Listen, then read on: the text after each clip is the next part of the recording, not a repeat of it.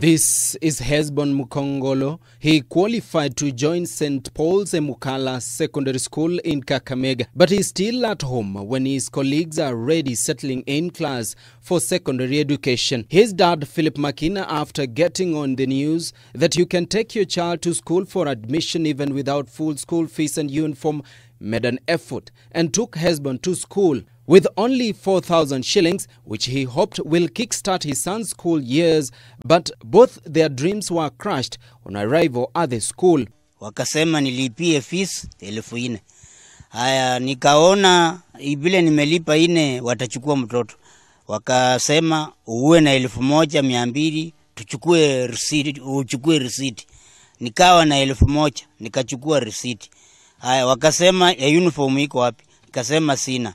Enda urudi utafute 5,000 ndio ukuje mtoto apewe uniform. He is not alone. Several other parents are facing the same fate in various secondary schools across the country. For instance, at the Ngara Girls High School, parents reported that the head teacher was turning away students whose parents had not paid full school fees on admission. However, several parents are too poor to afford fees demanded at the secondary schools their children are selected to join. Kagia's parent cannot even afford a meal a day to pay for her school fees. Nafanya kazi yangu ya mkono. Kama nikisombea mtu maji, mtungi ni shilingi 10.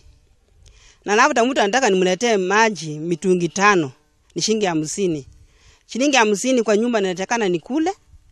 Watoto wanatakana wapata sabuni ya kuoka na kila kitu mimi huwa nanunua. In some cases, the students have no one to even show them where their respective schools are located. My parents waliniacha kwa nyumba and they went, I don't know where they are, and I need your help to help me to continue with my education. The parents and guardians say they have considered taking their children to public day schools, but those schools too demand for money before any Form 1 student can be admitted. Education Cabinet Secretary Professor George Magoha Monday started a fish-out campaign to look for students who have not joined Form 1 and take them personally to school. This is because out of over 1 million students who sat their KCPE examination in 2019, about 700,000 students only had reported to their respective schools, forcing the Ministry of Education to extend the deadline for admission from 17th to 24th this week. No principal is allowed to send any child home for lack of fee or any amount of money that is pending. Admit the child first and then let the government deal with whatever the situation that is coming. After all, the school is not yours. The parents, on the other hand, claim the schools selected are either too far or not preferred choices to have their children learn.